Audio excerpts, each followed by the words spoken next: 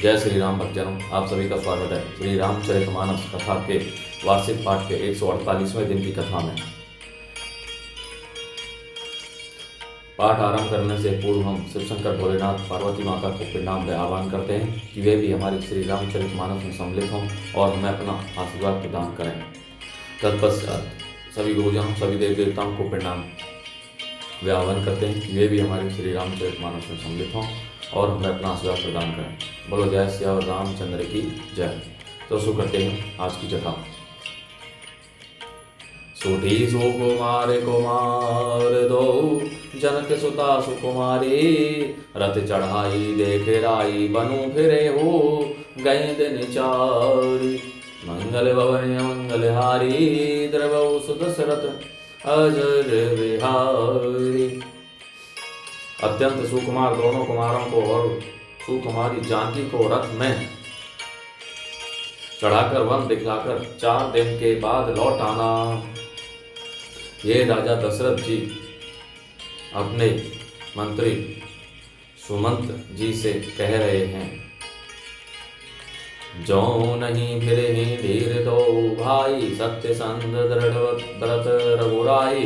तो तुम्हें बिने करे हो करे जोरी, फिर वो मिथिलेश किशोरी। यदि धैर्यवान दोनों भाई हैं लौटें, क्योंकि श्री रघुनाथ जी प्रण के सच्चे और दृढ़ता से नियम का पालन करने वाले हैं, तो तुम हाथ जोड़कर विनती करना कि हे प्रभु, जनक कुमारी सीता जी को तो लौटा दीजिए। जब सिय कानन देखी डराई, कहे वो मोरी सीख अवसर उपाई। सासु ससुर अस कहे वो संदेशु, पुत्री फिरिय बन बहुत कलेसु।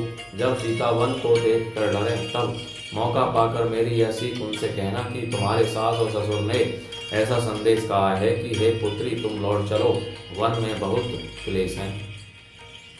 पितु ग्रह कब हूँ सुरारी, रहे हो जहाँ रुचि होई तुम्हारी। यही विधि करे वो उपाय कदम्बा, फिर होई प्राण अवलंबा। कभी पिता के घर, कभी ससुराल, जहाँ तुम्हारी इच्छा हो वहीं रहना। इस प्रकार तुम बहुत से उपाय करना। यदि सीता जी लौट आई तो मेरे प्राणों को सहारा हो जाएगा। नाही तय मोर मरेनु परिणामा, कछु न वसाई भय विधि बामा। अस कही मूर्छी परा महिराओ, रामो लखनऊ सिय आने दिखाओ। नहीं तो अंत में मेरा मरण ही होगा। विधाता के विपरीत होने पर कुछ बस नहीं चलता। हा राम, लक्ष्मण और सीता को लेकर लाकर दिखाओ। ऐसा कहकर राजा मूर्छित होकर पृथ्वी पर गिर पड़े। पाई रजाए सुनाई, सिरो रथो अति वेग बनाई। गयो जहाँ बाहिर नगर, सिय सहित दो भाई। मंगल भवन मंगल हारी, द्रवौ सुदशरथ अजर बिहारी। सुमंत जी राजा की आज्ञा पाकर सिर नवाकर और बहुत जल्दी रथ चढ़वाकर वहां गए जहां नगर के बाहर सीता जी सहित दोनों भाई थे। तब सुमंत्र नर पे वचन सुनाए, करी विनती रथ राम चढ़ाए। चढ़ी रथ सिय सहित दो भाई, चले हृदय अवध ही से रुनाई। तब वहां पहुंचकर सुमंत्र ने राजा के वचन श्री रामचंद्र जी को सुनाए और विनती करके उनको रथ पर चढ़ाया। सीता जी सहित दोनों भाई रथ पर चढ़कर हृदय में अयोध्या को सिर नवाकर चले। चलत राम लखी अवध अनाथा, विकल लोग सब लागे साथा। कृपा सिंधु बहुविधि समुझावहि, फिर ही पै में बसे पुनि फिरी आवहि। श्री रामचंद्र जी को जाते हुए और अयोध्या को अनाथ होते हुए देखकर सब लोग व्याकुल होकर उनके साथ हो लिए। कृपा के समुद्र श्री राम जी उन्हें बहुत तरह से समझाते हैं तो वे अयोध्या की ओर लौट जाते हैं, परंतु प्रेम बस फिर लौट आते हैं। लागती अवध भयावनी भारी, माने हूँ काल राति अंधियारी। घोर जंतु समपुर नर नारी, दरपनी एक ही एक निहारी। अयोध्यापुरी बड़ी डरावनी लग रही है, मानो अंधकारमयी काल रात्रि ही हो। नगर के नर नारी भयानक जंतुओं के समान एक दूसरे को देखकर डर रहे हैं। घरे मसान परिजन जतु भूजनु भूता सुत हित मई मन हूँ जम दूता भागन बिटप बेली कुम हिलाही सरित सरोवर देखी न जाही। घर शमशान कुटुंबी भूत प्रेत और पुत्र हितैषी और मित्र मानो यमराज के दूत हैं। बगीचों में वृक्ष और बेलें उमला रही हैं। नदी और तालाब ऐसे भयानक लगते हैं कि उनकी ओर देखा भी नहीं जाता।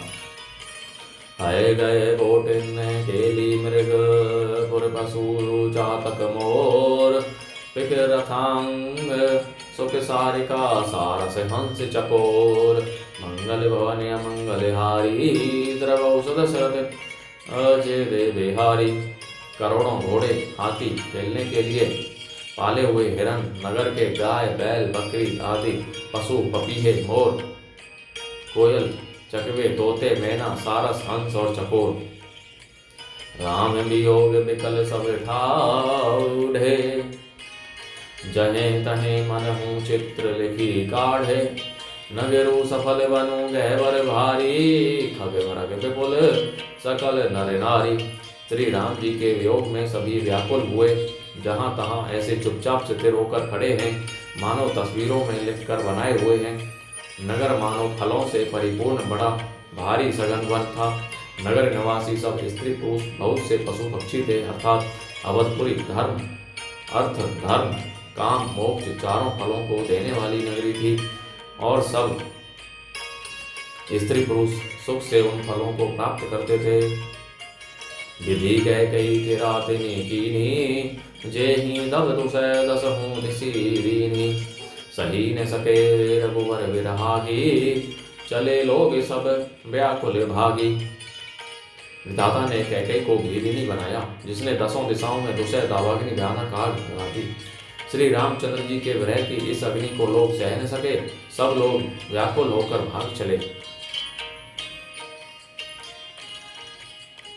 सभी विचारों की ने मन माही राम लखन सिय बिनु सुख नाही। जहाँ रामो तहें सबोई समाजो बिनु रघुवीर अवध नहीं काजो। सबने मन में विचार कर लिया कि श्री राम जी लक्ष्मण जी और सीता जी के बिना सुख नहीं है। जहाँ श्री राम जी रहेंगे वहीं सारा समाज रहेगा। श्री रामचंद्र जी के बिना अयोध्या में हम लोगों को का कुछ काम नहीं है। चले साथ असमंत्रु दृढ़ाई सुर दुर्लभ सुख सदन विहाई। राम चरण पंकज प्रिय जिन्हई दिश्य भोग बस कर तिन्हई। ऐसा विचार दृढ़ करके देवताओं को भी दुर्लभ सुखों से पूर्ण घरों को छोड़कर सब श्री रामचंद्र जी के साथ चल पड़े। जिनको श्री राम जी के चरण कमल प्यारे हैं उन्हें क्या कभी विषय भोग वश में कर सकते हैं।